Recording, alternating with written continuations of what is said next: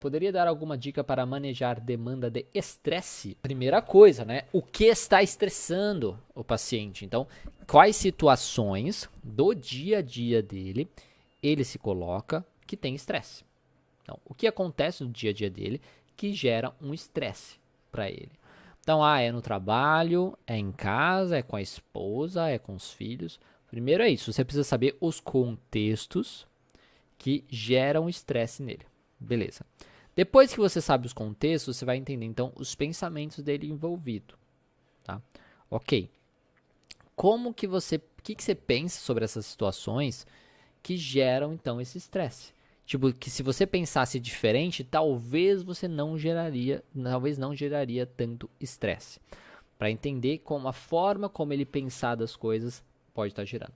Uma outra coisa que pode ser feita também, juntamente, né, é entender, ok, você está muito estressado atualmente. Quando que você não estava tão estressado?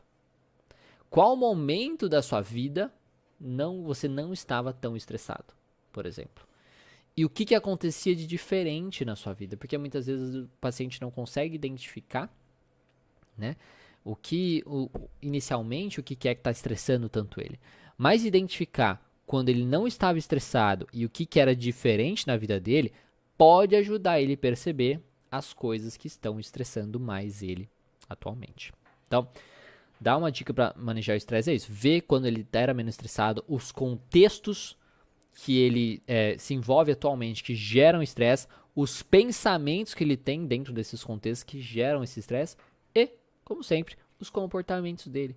Como que ele age de certa forma que às vezes mantém esse estresse. Por exemplo, às vezes no local de trabalho, ele tem uma dificuldade de falar não para os colegas ou em casa. Às vezes ele é um bananão em casa, entendeu? Às vezes cortaram as bolas dele e ele não consegue falar não em casa, tá? E aí é uma coisa que gera um estresse muito grande, que ele é dominado, coisas nesse sentido. Ou não, ou ao contrário, né? Às vezes ele está muito estressado no trabalho e aí às vezes a esposa cobra muito ele, enfim. Muitos motivos aí que podem existir, né?